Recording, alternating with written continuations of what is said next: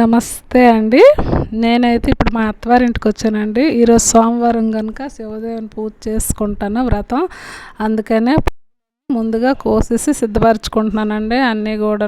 అయితే ఇక్కడ మందార పువ్వులు, మల్లె పువ్వులు అన్నీ ఉన్నాయి. ఇవన్నీ కూడా మా అత్త ఈ చెట్లు వేసారండి. చాలా బాగా పువ్వులు పూస్తాయి ఇక్కడ. ఇదిగోండి ఇక్కడ చూపిస్తున్నాను కదా క్లిప్పింగ్లోన. ఇదిగోండి అలాగే కనకాంబరాలు అన్నీ కూడా పూలు కూడా ముందుగానే కోసి తెచ్చేసుకుంటున్నాను ఈరోజు వ్రతం కండి. అన్నీ కూడా పూలన్నీ ఇంకా బయట ఉన్నాయండి. వీటిని కాశీ రత్నాలు అంటారు. ఇదిగోండి ఇవి కూడా ఈశ్వరుడికి చాలా ఇష్టము కాశీ రత్నాలు. అలాగే ఇదిగోండి శంఖ అండి, ఇవి అపరాజిత చెట్టు అని కూడా అంటారు దీనికి. ఇదిగోండి వైట్ పూలండి. అలాగే కోసేసి అలాగే గుండం ఉంది మా పేరెంటాలకి, ఇక్కడ మొక్కుకొని నేను పూజ చేస్తానండి. అలాగే ఇక్కడ మామిడి చెట్లు ఉన్నాయి చూడండి. ఈ కొమ్మలు నేను పూజకి వినియోగిస్తాను. ఇక్కడ మా పెరట్లో మామిడి చెట్లు ఎక్కువ ఉన్నాయండి. ఇంకోండి ఈ కొమ్మలే పూజకి వినియోగించుకుంటాము. మాకు అన్నీ దగ్గరలో ఉంటాయండి. పూజకి అన్నీ కూడా మా పెరట్లో ఉంటాయి.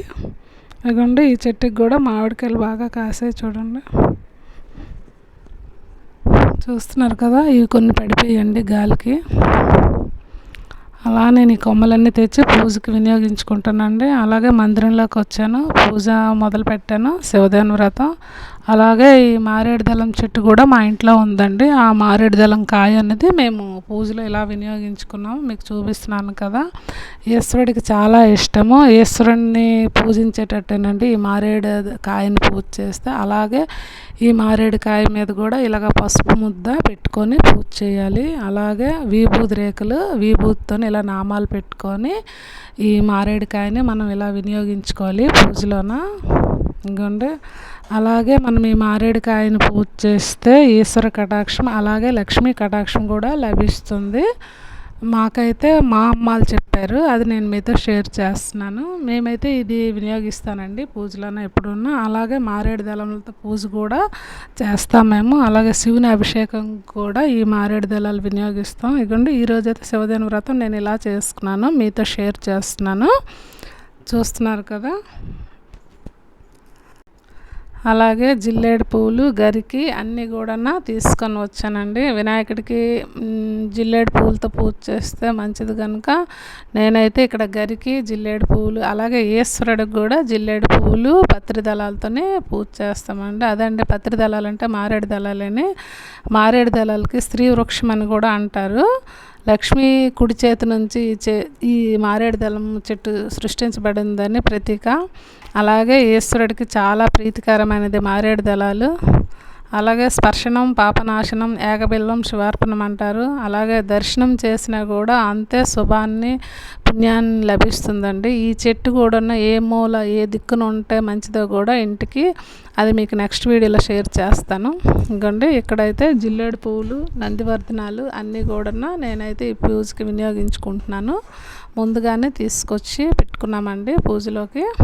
ఇలా నేనైతే అభిషేకం ఈశ్వరుని అభిషేకంకి కూడా ఇవే వినియోగిస్తామండి. అలాగే ఈ వ్రతంలో కూడా నేను ఈ పువ్వులు అయితే కంపల్సరీ పెట్టుకుంటానండి.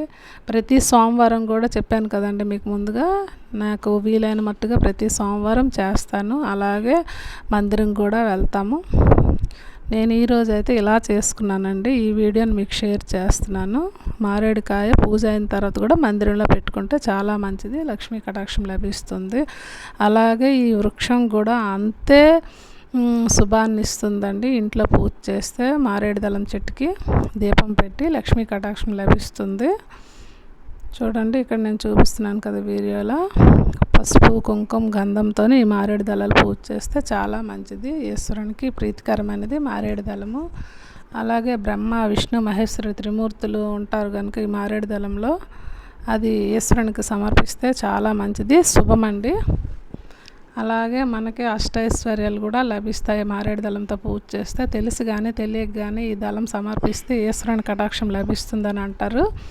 అలాగే శ్రీ మహావిష్ణు స్వరూపంగా పూజిస్తారు. అలాగే బిల్వ వృక్షంతో పూజిస్తే, అలాగే దళాలతో పూజిస్తే లక్ష్మీ కటాక్షం లభిస్తుంది.